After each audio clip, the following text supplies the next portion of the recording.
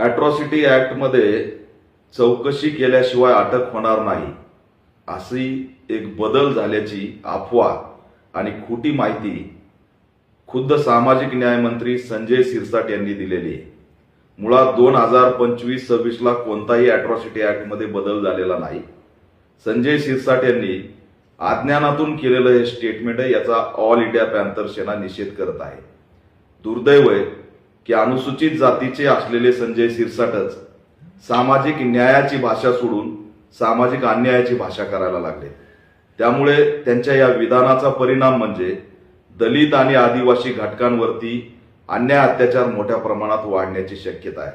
2018 ला atrocity act मध्ये जो काही बदल झालेला आहे तोच असणारा सांगतोय की तक्रार आल्या आल्या एफआयआर दाखल झाली पाहिजे आणि इमिडिएट आरोपीला अटक झाली पाहिजे। संजय शिरसाट यांनी हा शोध कुठून लावला हा प्रश्न आम्ही त्यांना विचारतोय। त्यांनी अफवा पसरवलेली आहे, मिसगाईड केलेलं आहे, मिस इन्फॉर्मेशन दिलेली आहे आणि याचा परिणाम समाजात झाल्याशिवाय राहणार नाही। म्हणून त्यांना कोणत्याही परिस्थितीत सामाजिक न्याय मंत्री पदावरती बसण्याचा नैतिक अधिकार राहिलेला नाही। तात्काळ त्यांचा राजीनामा राज्य सरकारने घेतला पाहिजे अशी ऑल इंडिया पॅंथर सेना मागणी करत आहे।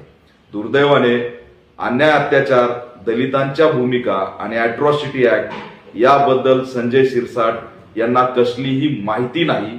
ते अफवा पसरवत आहेत हेच असणारं सत्य आहे आणि त्याच्यामुळे त्यांचा सामाजिक न्याय मंत्री पदाचा राजीनामा घ्यावा अशी ऑल इंडिया पॅंथर सेना मागणी करत आहे।